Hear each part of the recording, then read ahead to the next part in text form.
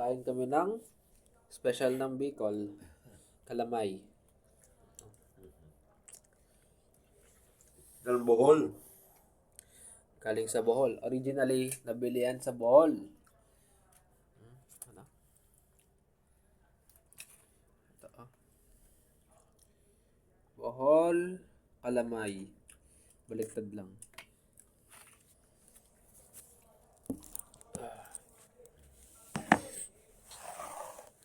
Tikman natin, guys.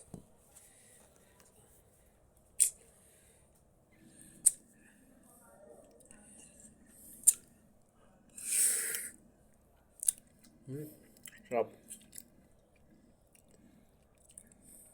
Ano siya? Para siyang ano,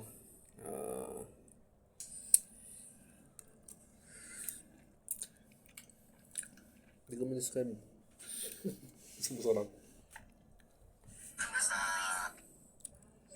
Sticky. Best panghalo sa mga tinapay, ganyan, pandesal. Best siya.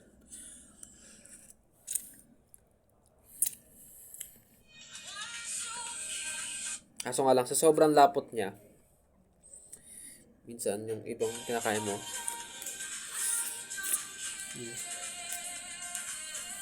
ay i-stuck sa tipin mo.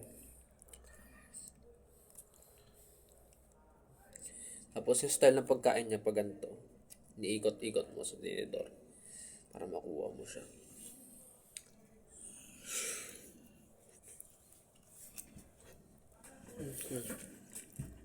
Yung lamig. Kita niyo yun? Dito guys. Hirapan ako tanggalin sa bibig ko. Dito guys. Oh? Natulog di Papo. Para kami nasa boarding house. Boarding house ka ba? Hotel. Hotel. Lamig dito guys. Para kami nasa boarding house. Lamig ng aircon. Kasi adjust to yan. Yeah, just ilagay mo as 25 yan. 25. Wait lang guys. Adjust lang natin. 85 daw.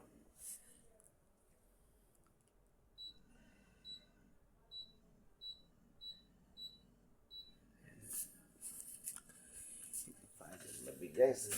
Habol guys.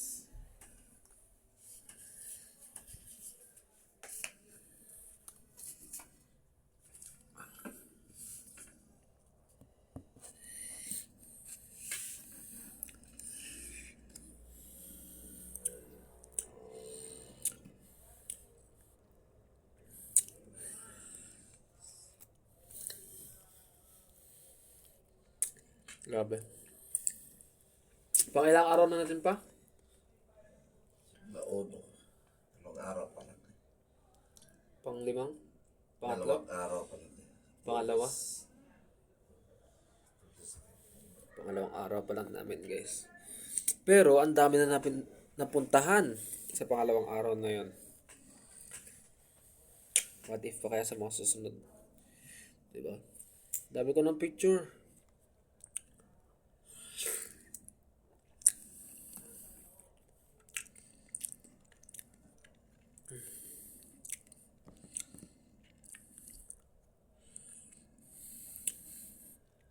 Kain tayo guys.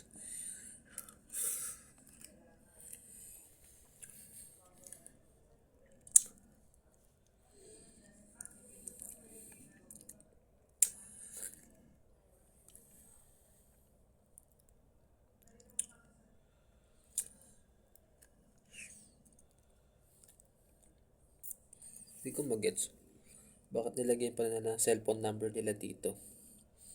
Sa food, sa mismo product. Ano katawagan? Ano yun? Para matawagan na Kasi ako mayroong order. Sa bagay.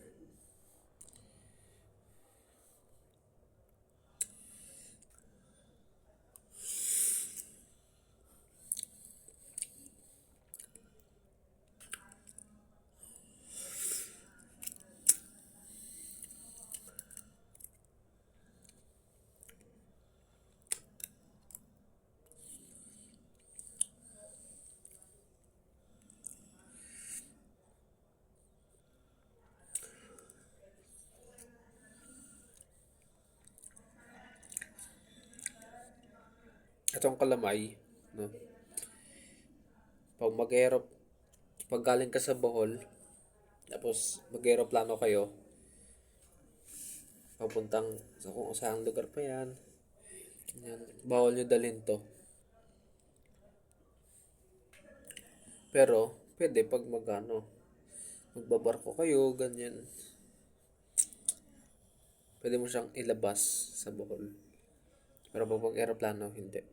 Pero I think depende pa rin ata yun sa mo kung anong aeroplano mo sasakyan nyo eh. Hindi lang ako sure. Pero ganun yung nangyari sa amin. Yun yung sinabi sa amin dun.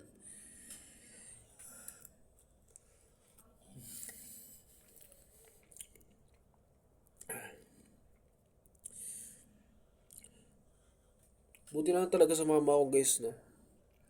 Dalawang isip ako, sasama ako dito dati eh.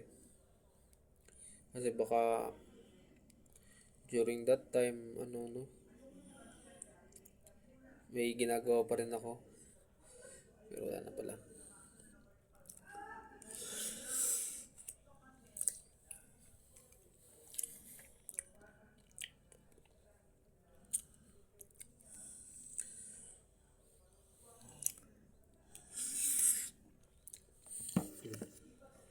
Yung si Papa.